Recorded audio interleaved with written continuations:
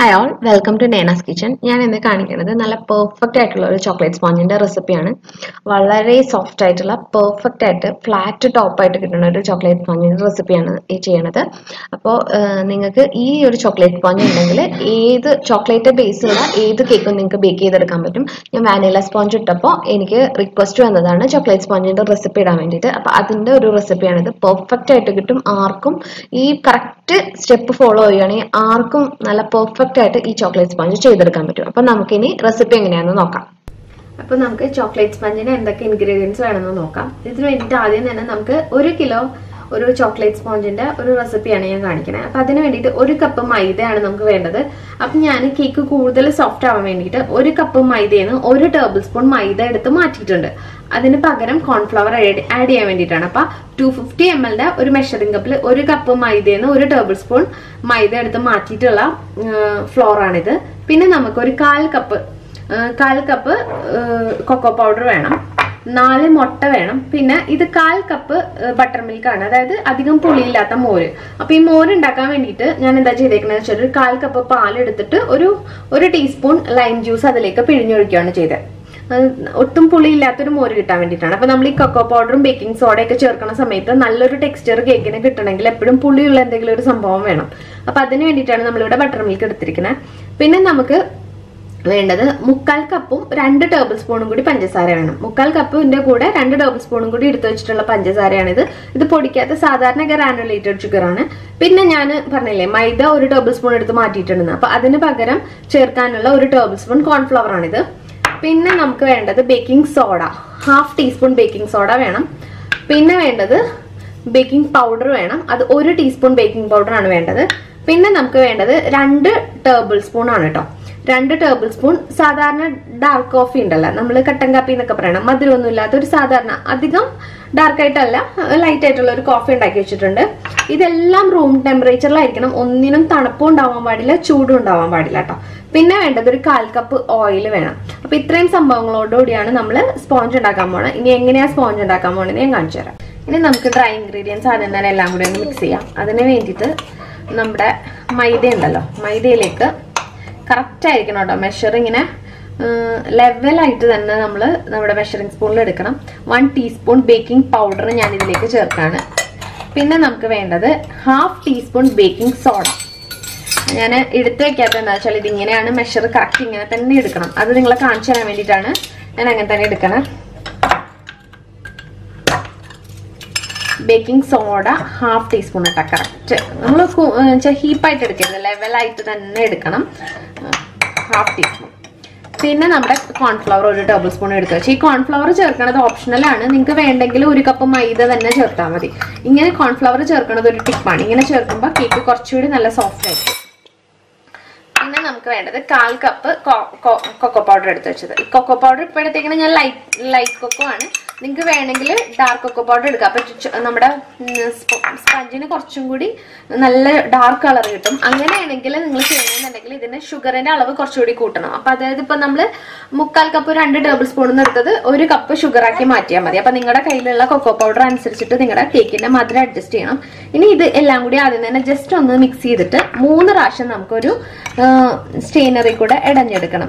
ഒരു സീവ് ചെയ്ത് 3 പ്രാവശ്യം ഇടഞ്ഞെടുക്കണം. നമ്മൾ ഈ ചോക്ലേറ്റ് കേക്ക് ചെയ്യുമ്പോൾ വാനില ഞാൻ ചെയ്തപ്പോൾ സ്പോഞ്ച് കാണിച്ചപ്പോൾ ഞാൻ പറഞ്ഞിട്ടുണ്ട് 1 പ്രാവശ്യം ഇടഞ്ഞാൽ മതിയെന്ന്.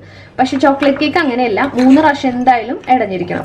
എന്നാലാണ് ഇതെല്ലാം ഒരേപോലെ മിക്സായി ഈവൻ ആയിട്ട് വരുള്ളൂ എന്ന് മാത്രമല്ല കേക്ക് നല്ല വൃത്തിയിൽ നമുക്ക് കിട്ടുള്ളൂ. അപ്പോൾ ഈ സ്റ്റെപ്പ് നിങ്ങൾ ഒരിക്കലും ഫോളോ ചെയ്യാതിരിക്കരുത്. 3 പ്രാവശ്യം എന്തായാലും നിങ്ങൾ കേക്ക് അടയണം. ഇതുപോലെ 3 പ്രാവശ്യം ഇടഞ്ഞെടുക്കാം.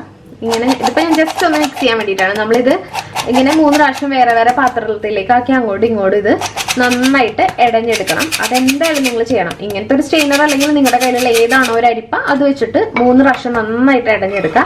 എന്നാൽ മാത്രമാണ് നമ്മുടെ ഇത് ഞാൻ പിന്നെയും റിപ്പീറ്റ് ചെയ്ത് പറയാൻ കാരണം എന്താ വെച്ചാൽ നമ്മുടെ കേക്ക് നന്നാവണമെങ്കിൽ ഇത് ഇമ്പോർട്ടന്റ് ആയിട്ടുള്ള ഒരു സ്റ്റെപ്പാണ്. അപ്പൊ ആദ്യം തന്നെ നമുക്ക് എഗ് വൈറ്റ് ബീറ്റ് ചെയ്യാം. ഇനി അപ്പൊ വൈറ്റും യെല്ലോയും ഞാൻ സെപ്പറേറ്റ് ചെയ്തിട്ടുണ്ട്. എപ്പോഴും പറയുന്ന പോലെ ഒരു ക്ലീൻ ബൗൾ ആയിരിക്കണം. പിന്നെ അത് മാത്രമല്ല ഇതിൽ വെള്ളമോ എണ്ണയോ ഒന്നും ഉണ്ടാവാൻ പാടില്ല. പിന്നെ സെപ്പറേറ്റ് ചെയ്യുമ്പോൾ മുട്ടയുടെ തൊലിയോ അല്ലെങ്കിൽ മുട്ടയുടെ മഞ്ഞയോ ഒന്നും എഗ് വൈറ്റിൽ വീഴാൻ പാടില്ല. എന്നാൽ മാത്രമേ പതഞ്ഞു കിട്ടുള്ളൂ. ഇനി നമുക്കിത് ഒന്ന് ജസ്റ്റ് ബീറ്റ് ചെയ്യാം. ഇനി ജസ്റ്റ് ഒന്ന് ബീറ്റ് ചെയ്ത എഗ് വൈറ്റിലേക്ക് ഞാൻ എപ്പോഴും വാനില സ്പോഞ്ചും ഡാൽഗോണ കേക്ക് ഒക്കെ ചെയ്തപ്പോൾ കാണിച്ചു തന്നിരുന്നത് 1/4 കപ്പ് ചൂടുവെള്ളം, നല്ല തിളച്ചുകൊണ്ടിരിക്കുന്ന ചൂടുവെള്ളമാണ്. തിളച്ചുകൊണ്ടിരിക്കുന്ന ചൂടുവെള്ളത്തിലേക്ക് ചേർത്ത് ഉടനെ തന്നെ ബീറ്റ് ചെയ്യാം. ഇനി നമ്മൾ ബീറ്റ് ചെയ്ത എഗ് വൈറ്റിലേക്ക് കണ്ടോ, ജസ്റ്റ് ഞാൻ ഇതിൽ പഞ്ചസാര ഒന്നും ചേർക്കാണ്ട് ആ ചൂടുവെള്ളം ചേർത്ത് ജസ്റ്റ് ഒന്ന് ബീറ്റ് ചെയ്താണ്. അപ്പൊ വേഗം തന്നെ ബീറ്റ് ആയി കിട്ടും. അതിന് വേണ്ടിയിട്ടുള്ള ഒരു ടിപ്പാണ് അത്. ഞാൻ മുമ്പുള്ള എല്ലാ വീഡിയോസിലും അത് പറഞ്ഞിട്ടുണ്ട്. ഇത് നമ്മൾ അളവ് പറഞ്ഞിട്ടുള്ള 3/4 കപ്പും 2 ടേബിൾ സ്പൂണും ഷുഗർ ആണിത്. ഇത് കുറേശ്ശായിട്ട് ഇതിലേക്ക് ചേർത്ത് ബീറ്റ് ചെയ്തെടുക്കാം. നിങ്ങൾ ബീറ്റ് ചെയ്യുമ്പോൾ ശ്രദ്ധിക്കണം, എഗ് ബീറ്റ് ചെയ്യുമ്പോൾ എപ്പോഴും ഹൈ സ്പീഡിൽ വേണം ബീറ്റ് ചെയ്യാനായിട്ട്. അത് നമ്മുടെ എഗ് വൈറ്റ് നന്നായിട്ട് വിപ്പായിട്ട് വന്നിട്ടുണ്ട്. ഇതാ ഇങ്ങനെ നോക്കിയാൽ ഇങ്ങനെ ഒരു പീക്ക് ഫോം ചെയ്യും. ഇത് തലയുടെ മുകളിൽ കമഴ്ത്തിയാൽ വീഴൂല. അതാണ് ഇതിന്റെ പാകം. then നമ്മൾ എടുത്ത് വെച്ചിരിക്കുന്ന 4 എഗ് യോക്ക് ഉണ്ടല്ലോ, അതിലേക്ക് 1 ടീസ്പൂൺ വാനില എസൻസ് ചേർക്കാം. കൊക്കോ പൗഡർ എല്ലാം ഉള്ളതുകൊണ്ട് ഇതിന് എഗ് സ്മെല്ല് കുറവായിരിക്കും. 1 ടീസ്പൂൺ മതി. ഇത് ഓപ്ഷണലാണ്, ചേർത്തില്ലെങ്കിലും കുഴപ്പമില്ല. അതുകൊണ്ട് ഞാനത് ഇൻഗ്രീഡിയൻസിൽ പറഞ്ഞിട്ടില്ല. ഇനി നമുക്ക് ഈ എഗ് യോക്ക് നന്നായിട്ടൊന്ന് ബീറ്റ് ചെയ്തെടുക്കണം. നമുക്ക് എഗ് യോക്ക് നന്നായിട്ടൊന്ന് ബീറ്റ് ചെയ്തെടുക്കണം.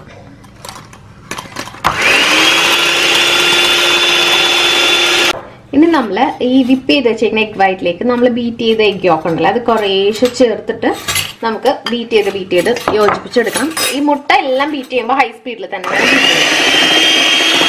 അപ്പം നമ്മൾ ആ എഗ് യോക്കും കൂടി ചേർത്ത് നമ്മുടെ എഗ് വൈറ്റ് മിക്സ് ചെയ്തെടുത്തിട്ടുണ്ട്. ഒരു ലൈറ്റ് ക്രീം കളറിൽ വേണം ബീറ്റ് ചെയ്തെടുക്കാനായിട്ട്.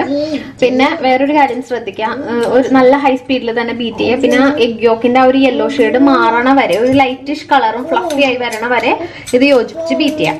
ഇനി നമുക്ക് കുറേശ്ശായിട്ട് നമ്മൾ മിക്സ് ചെയ്ത് വെച്ചിട്ടുള്ള നമ്മുടെ ഡ്രൈ ഇൻഗ്രീഡിയൻസ് ഉണ്ടല്ലോ, ഞാനിത് 3 പ്രാവശ്യം അരിപ്പയിലൂടെ അടഞ്ഞെടുത്തതാണ്. അത് കുറേശ്ശായിട്ട് ചേർത്തിട്ട് ഞാൻ എപ്പോഴും പറയണ പോലെ ഇത് കട്ട് ആൻഡ് ഫോൾഡ് മെത്തേഡ് വഴി മിക്സ് ചെയ്തെടുക്കുക.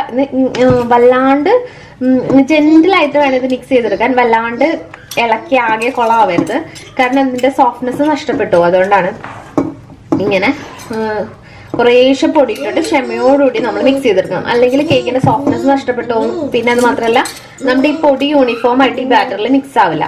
അപ്പൊ ഈ പൊടി മിക്സ് ആവാണ്ട് വരുന്ന സമയത്ത് എന്താ പറ്റാന്ന് വെച്ചാൽ, കേക്കിന്റെ നടുഭാഗത്തേക്ക് ഉണ്ടല്ലോ, ഈ മിക്സ് ആവാത്ത എല്ലാ പൊടിയും കൂടി ഒരുമിച്ച് വന്ന് കിടന്നിട്ട് ആ ഭാഗം ഒരു കേക്കിന്റെ ടെക്സ്ചർ അല്ലാത്ത രീതിയിൽ കുറച്ചൊരു ഭാഗം ആ പൊടി വന്ന് കിടന്ന് ഒരുമാതിരി ഒരു അപ്പത്തിന്റെ ഒക്കെ ഒരു ടെക്സ്ചറിലേക്ക്, ഒരു സുഖമില്ലാത്തൊരു ടെക്സ്ചറിലേക്ക് മാറി ആ ഭാഗത്ത് നടുക്ക് വന്ന് കിടക്കും.